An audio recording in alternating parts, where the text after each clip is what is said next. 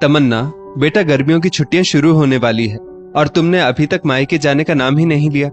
वैसे तो बहुत ज्यादा चहकने लगती थी छुट्टियां होते ही कि मायके जाना है, मायके जाना है। सास वर्षा जी ने तमन्ना से आश्चर्यचकित होकर पूछा, मम्मी जी, बस इस बार बिल्कुल भी मन नहीं है जाने का। तमन्ना ने लापरवाही से जवाब दिया, क्या कहा तुमने कि तुम्हारा मायके जाने का मन नहीं है? ऐसा कैसे हो सकता है? इस बार तो तुम्हारी भाभी भी होंगी, उनके साथ तो और भी ज्यादा मजा आएगा। वर्षा जी को सचमुच बहुत ताज्जुब हुआ, वरना इससे पहले तो हर बार यही होता था कि इधर पोते राहुल के इम्तिहान समाप्त हुए और उधर तमन्ना मायके निकल जाती थी। लेकिन इस बार तो बिल्कुल इसके विपरीत हो रहा था।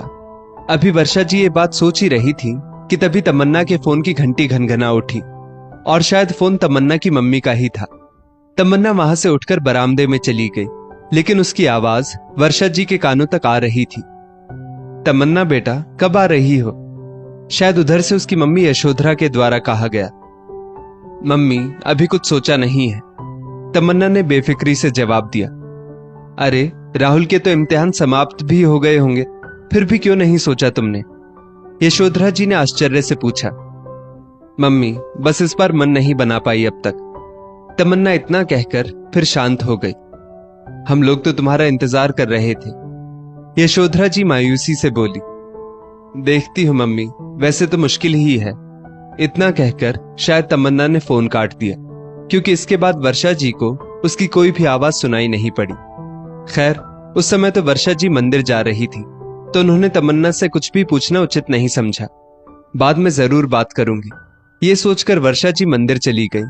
लेकिन मंदिर में भी तमन्ना की बातों से उनको बेचैनी हो रही थी, क्योंकि इधर जब से जाड़ों की छुट्टियां बिताकर तमन्ना वापस आई थी, तब से मायके में ज्यादा बात भी नहीं करती थी। पहले तो वर्षा जी ने सोचा कि हो सकता है कि रात में बात करती होगी, लेकिन एक दिन समधन जी ने खुद उनसे ही कहा था कि तमन्ना तो अब हम लोगों से ज्यादा बात भी नहीं करती। कुछ ना कुछ बात तो जरूर है, वरना तमन्ना बहुत खुश मिजाज और हंसमुख है। उसको इस घर में ब्याह कर आए लगभग 7 साल हो गए, लेकिन कभी भी वर्षा जी से उसकी किनमिन नहीं हुई। हंस हंसकर पूरे घर का काम करती रहती। हालांकि लगी बराबर वर्षा जी भी रहती उसके साथ मदद करवाने में, लेकिन फिर भी आजकल की बहुओं के मिजाज से बिल्कुल अलग। हर आए गए का दिल से सम्मान करती। घर परिवार में भी लोग उसके व्यवहार की मिसाल देते। खुद वर्षा जी भी अपनी बहू से बहुत ज्यादा खुश रहती। वो यही सोचती कि नसीब वालों को ही ऐसी बहू मिलती है। यही सब सोचते सोचते वर्षा जी घर की दहलीज पर पहुंच गए।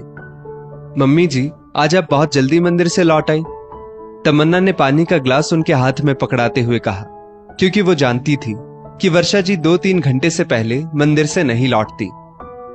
हाँ बेटा, मन कुछ विचलित सा हो रहा था, वर्षा जी ने ठंडी आहें भरते हुए कहा। क्यों मम्मी जी, ऐसा क्या हो गया? आपकी तबीयत तो ठीक है? तमन्ना ने वर्षा जी के सिर पर हाथ रखते हुए कहा। तमन्ना बेटा, मेरी तबीयत बिल्कुल ठीक है, बस मेरे मन में कुछ अंतर्द्वंद्व सा चल रहा है। क्या तुम उसको दूर करोगी? वर्षा जी ने तमन्ना का चेहरा निहारते हुए कहा। जरूर मम्मी जी, बताइए आपके मन में क्या चल रहा है, मैं आपकी परेशानी जरूर दूर करूंगी। तमन्ना वहीं वर्षा जी के पास ही बैठ गई। तमन्ना बेटा, कुछ तो बात जरूर है जो तुम मुझसे या तो कह नहीं पा रही हो या मुझे बताना नहीं चाह रही हो, वरना कोई भी बेटी मायके जाने के लिए मना नहीं कर सकती, जबकि उसको ससुराल से पूरी छूट हो मायके जाने की। वर्षा जी ने तमन्ना के सिर पर हाथ फिराते हुए पूछा। मम्मी जी, कुछ नहीं, बस ऐसे ही।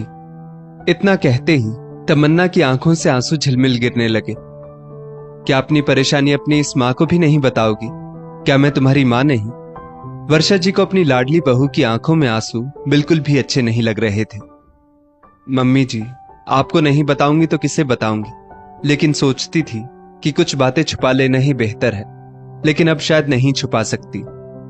इतना बोलते बोलते तमन्ना 3-4 महीने पहले जाड़ों की छुट्टियों में पहुंच गई।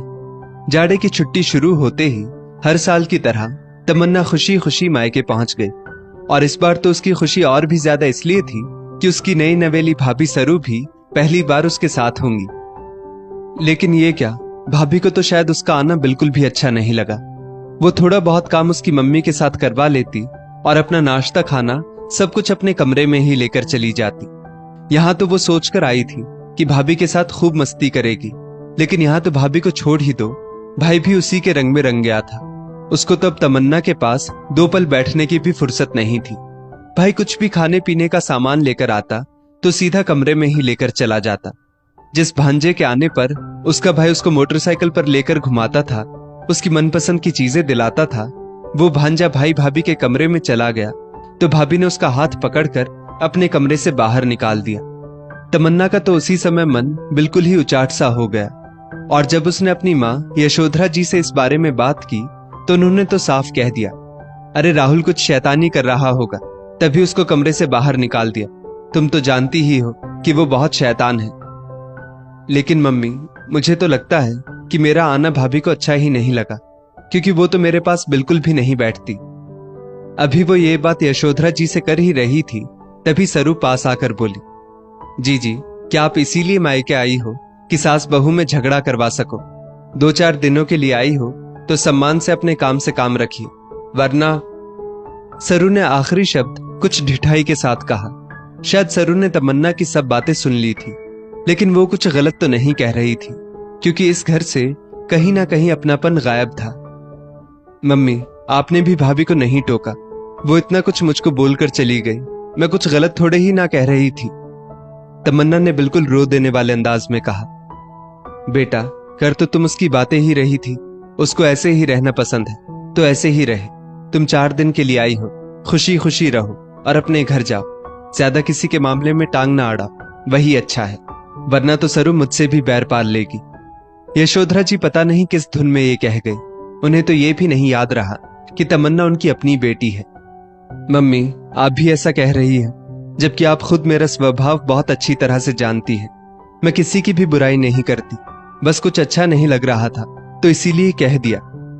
कितने अरमानों से आई थी यहाँ पर कि सबके साथ मस्ती करूंगी, लेकिन यहाँ तो शायद सब कुछ बदल गया।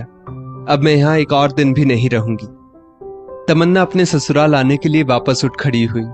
यशोधरा जी ने उसे रोकने की थोड़ी बहुत कोशिश भी की, लेकिन तब तक राहुल की छुट्टियां भी खत्म होने को आ गई थी, तो वापस तो वैसे भी आना ही था। मम्मी जी, आप ही बताइए कि क्या मैं उस घर में जाऊं जो मेरा मायका तो है, लेकिन वहां पर अब मेरा सम्मान नहीं। जो भाई राहुल की छुट्टियां शुरू होते ही मायके आने के लिए आफत मचा देता था कि दीदी कब आओगी, दीदी जल्दी आइए, उसका एक बार भी फोन नहीं आया।